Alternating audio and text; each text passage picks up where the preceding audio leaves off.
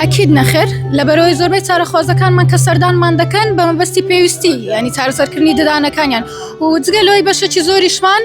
بە مەبەستی جوانکاری سەردانمان دەکەن و هەم ئەگەر تەمەشا ئیشی ددان بکەین دەکرێتە دوو بەش ینی هەم جوانکاری هەم چارەسەرکردن ینی هیوا هەیە بەس لە بۆ جوانکاریەکەی سەردانمان دەکات بەس بەشێکی زۆری هەم عیلاجەکە هەم پێویستیەکە لە بۆ چارەخوازەکانمان. دکتۆرە زۆر جار ئەو پرسیارە دەکرێت و باس لە بابەتی هۆلیۆسمای دەڵێ کە ئەو 15 ساڵ یاخود 20 ساڵە تێپەڕی دواتر ددانە ئەو هۆلیۆسمالە نامێنێت و بە کاریگەری خراپ دەکاتە سەر ددانەکان. ئەکید نەخێر لەبەرەوەی ئێستا تەکنیک و ئیشکردن و دکتۆرەکانمان ماشەڵڵا ئەوەندە بەتوانانە ینی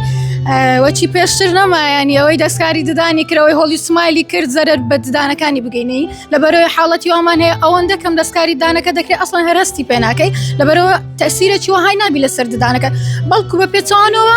پارێزگاریکردن لە ددانەکەی ینی تەبەقەتی پارێزگاری دەکەوێتە سەر ددانەکەی هەم جوانکاریەکەی پێدەبەخشی هەم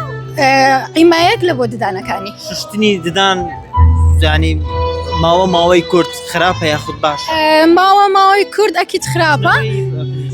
بزەبت ینی زۆر کەسێ غەڵەت لە شوشتنی ددان تێگەیشتە لەبەرەوەی دەرێت تەبەقەی مینای ددانم هەز دەکەم ینی دەڕوا یا ددانەکانم هەز دەکەم بۆ شای دروست دەکات لەبەرەوەی کلسەکانی هەمووی لا دەچیتن بە پێچانەوە ئەگەر 6 مانگ لە بۆ 8 مانگ جارێک شوشتنی خۆت بکەیت لە کلینیکەکان پێویستە بەڕای من نەک بە پێچوانە ئەوەی کە خراپ بیتن. تەنگ نابێتەوە. ئەکید نەخێر ئەگەر لە جێیەکی باش و بە تەکنیکەکی باش بکرێ.